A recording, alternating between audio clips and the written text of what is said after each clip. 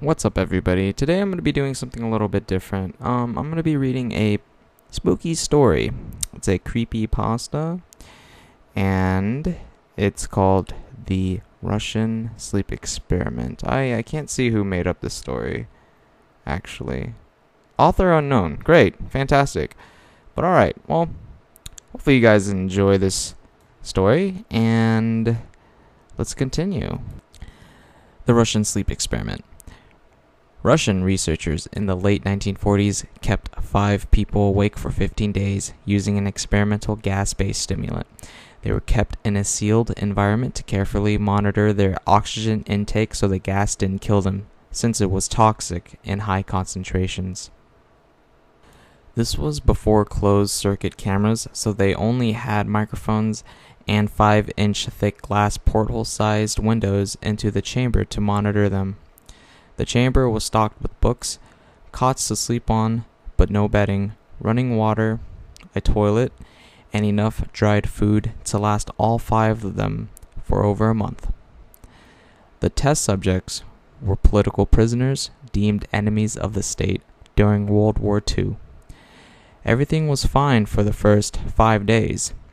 The subjects hardly complained, having been promised falsely that they would be freed if they submitted to the test and did not sleep for 30 days. Their conversations and activities were monitored, and it was noted that they continued to talk about increasingly traumatic incidents in their past, and the general tone of their conversations took on a darker aspect after the 4-day mark. After 5 days, they started to complain about the circumstances and events that led them to where they were and started to demonstrate severe paranoia. They stopped talking to each other and began alternately whispering to the microphones and one-way mirrored portholes. Oddly, they all seemed to think they could win the trust of the experimenters by turning over their comrades, the other subjects in captivity, with them. At first, the researchers suspected this was an effect of the gas itself. After 9 days, the first of them started screaming. He ran the length of the chamber repeatedly, yelling at the top of his lungs for 3 hours straight. He continued attempting to scream, but he was only able to produce occasional squeaks. The researchers postulated that he had physically torn his vocal cords. The most surprising thing about this behavior is how the other captives reacted to it, or rather, didn't react to it. They continued whispering to the microphones until the second of the captives started to scream. The 2 non-screaming captives took the books apart, smeared page after page with their own feces, and pasted them calmly over the glass portholes. The screaming promptly stopped. So did the whisperings to the microphones. After 3 more days passed, the researchers checked the microphones hourly to make sure they were working, since they thought it was impossible that no sound could be coming with 5 people inside. The oxygen consumption in the chamber indicated that all 5 must still be alive. In fact, it was the amount of oxygen 5 people would consume at a very heavy level of strenuous exercise. On the morning of the 14th day, the researchers did something they said they would not do to get a reaction from the captives. They used the intercom inside the chamber, hoping to provoke any response from the captives they were afraid were either dead or vegetables. They announced, "We are opening the chamber to test the microphones. Step away from the door and lie flat on the floor, or you will be shot. Compliance will earn one of you your immediate freedom." To their surprise, they heard a single phrase in a calm response. "We no longer wish to be freed." Debate broke out among the researchers and the military forces funding the research. Unable to provoke any more response using the intercom, it was finally decided to open the chamber at midnight on the 15th day. The chamber was flushed of the stimulant gas and filled with fresh air, and immediately voices from the microphones began to object. 3 different voices began begging, as if pleading for the life of loved ones, to turn the gas back on. The chamber was opened and soldiers sent in to retrieve the test subjects. They began to scream louder than ever. and so did the soldiers when they saw what was inside. 4 of the 5 subjects were still alive, although no one could rightly call the state that any of them in life.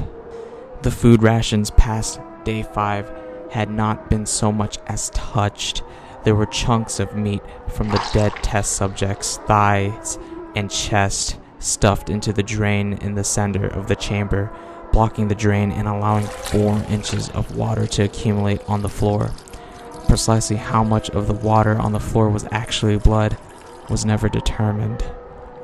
All 4 surviving test subjects also had large portions of muscle and skin torn away from their bodies. The destruction of flesh and exposed bone on the fingertips indicated that the wounds were inflicted by hand, not with the teeth, as the researchers initially thought. Closer examination of the position and angles of the wounds indicated that most, if not all of them, were self-inflicted. The abdominal organs below the rib cage of all 4 test subjects had been removed, while the heart, lungs, and diaphragm remained in place. The skin and most of the muscles attached to the ribs had been ripped off, exposing the lungs through the rib cage. All the blood vessels and organs remained intact. They had just been taken out and laid on the floor, fanning out around the eviscerated but still living bodies of the subjects. The digestive tract of all 4 could be seen to be working, digesting food. It quickly became apparent that they were digesting their own flesh that they had ripped off and eaten over the course of days. Most of the soldiers were Russian special operatives at the facility, but still many refused to return to the chamber to remove the test subjects.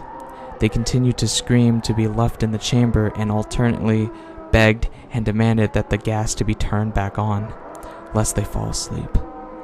To everyone's surprise, the test subjects put up a fierce fight in the process of being removed from the chamber. One of the Russian soldiers died from having his throat ripped out. Another was gravely injured by having his testicles ripped off and an artery in his leg severed by one of the test subjects' teeth. Another 5 of the soldiers lost their lives if you count the ones that committed suicide in the weeks following the incident. In the struggle, one of the 4 living subjects had his spleen ruptured and he bled out almost immediately. The medical researchers attempted to sedate him, but this proved impossible.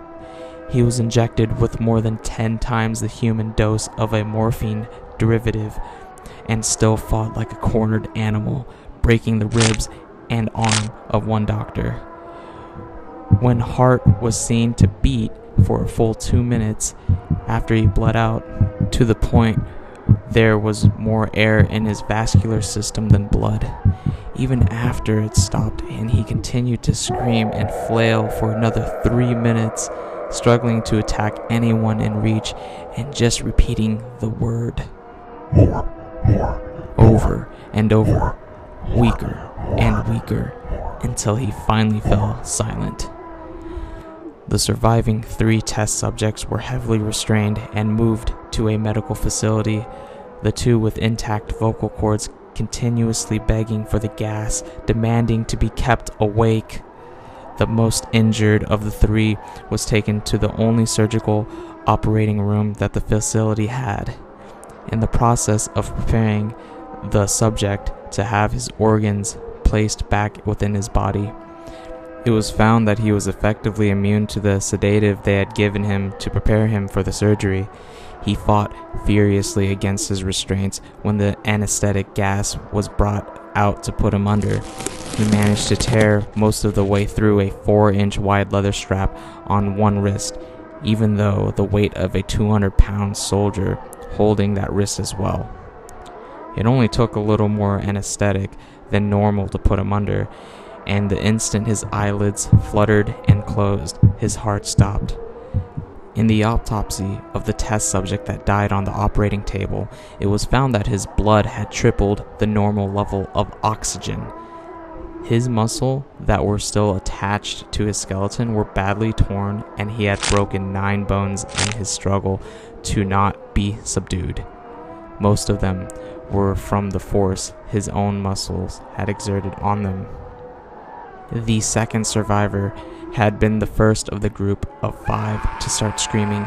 His vocal cords destroyed, he was unable to beg or object to surgery, and he only reacted by shaking his head violently in disapproval when the anesthetic gas was brought near him. He shook his head yes when someone suggested reluctantly they try the surgery without anesthetic, and did not react for the entire 6-hour procedure of replacing his abdominal organs and attempting to cover them with what remained of his skin. The surgeon presiding stated repeatedly that it should be medically possible for the patient to still be alive. One terrified nurse assisting the surgery stated that she had seen the patient's mouth curl into a smile several times whenever his eyes met hers. When the surgery ended, the subject looked at the surgeon and began to wheeze loudly, attempting to talk while struggling. Assuming this must be something of drastic importance, the surgeon had a pen and pad fetched so the patient could write his message. It was simple. Keep cutting. The other 2 test subjects were given the same surgery, both without anesthetic as well, although they had to be injected with a paralytic for the duration of the operation. The surgeon found it impossible to perform the operation while the patients laughed continuously. Once paralyzed, the subjects could only follow the attending researchers with their eyes. The paralytic cleared their system in an abnormally short period of time, and they were soon trying to escape their bonds. The moment they could speak, they were again asking for the stimulant gas. The researchers tried asking why they had injured themselves, why they had ripped out their own guts, and why they wanted to be given the gas again. Only one response was given. I must remain awake. All 3 subjects' restraints were reinforced and they were placed back into the chamber awaiting determination as to what should be done with them. The researchers, facing the wrath of their military benefactors for having failed the stated goals of their project, considered euthanizing the surviving subjects. The commanding officer, an ex-KGB, instead saw potential and wanted to see what would happen if they were to turn the gas back on. The researchers strongly objected, but were overruled. In preparation for being sealed in the chamber again, the subjects were connected to an EEG monitor and had their restraints padded for long-term confinement. To everyone's surprise, all 3 stopped struggling the moment it was let slip that they were going back on the gas. It was obvious that at this point, all 3 were putting up a great struggle to stay awake. One of the subjects that could speak was humming loudly and continuously. The mute subject was straining his legs against the leather bonds with all his might.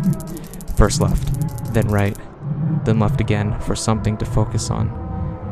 The remaining subject was holding his head off his pillow and blinking rapidly. Having been the first to be wired for EEG, most of the researchers were monitoring his brainwaves in surprise. They were normal most of the time, but sometimes flatlined inexplicably. It looked as if he were repeatedly suffering brain death before returning to normal. As they focused on paper scrolling out the brainwave monitor, only one nurse saw his eyes slip shut at the same moment his head hit the pillow. His brainwaves immediately changed to that of deep sleep, then flatlined for the last time as his heart simultaneously stopped. The only remaining subject that could speak started screaming to be sealed in now. His brainwaves showed the same flatlines as one who had just died from falling asleep. The commander gave the order to seal the chamber with both subjects inside, as well as 3 researchers. One of the named 3 immediately drew his gun and shot the commander point blank between the eyes, then turned the gun on the mute subject and blew his brains out as well. He pointed his gun at the remaining subject, still restrained to a bed, as the remaining members of the medical and research team fled the room. I won't be locked in here with these things. Not with you. He screamed at the man strapped to the table. What are you? He demanded. I must know. The subject smiled. Have you forgotten so easily? The subject asked. We are you. We are the madness that lurks within you all, begging to be free at every moment in your deepest animal mind. We are what you hide from in your bed every night. We are what you sedate into silence and paralysis when you go into the nocturnal haven where we cannot tread. The researcher paused, then aimed at the subject's heart and fired.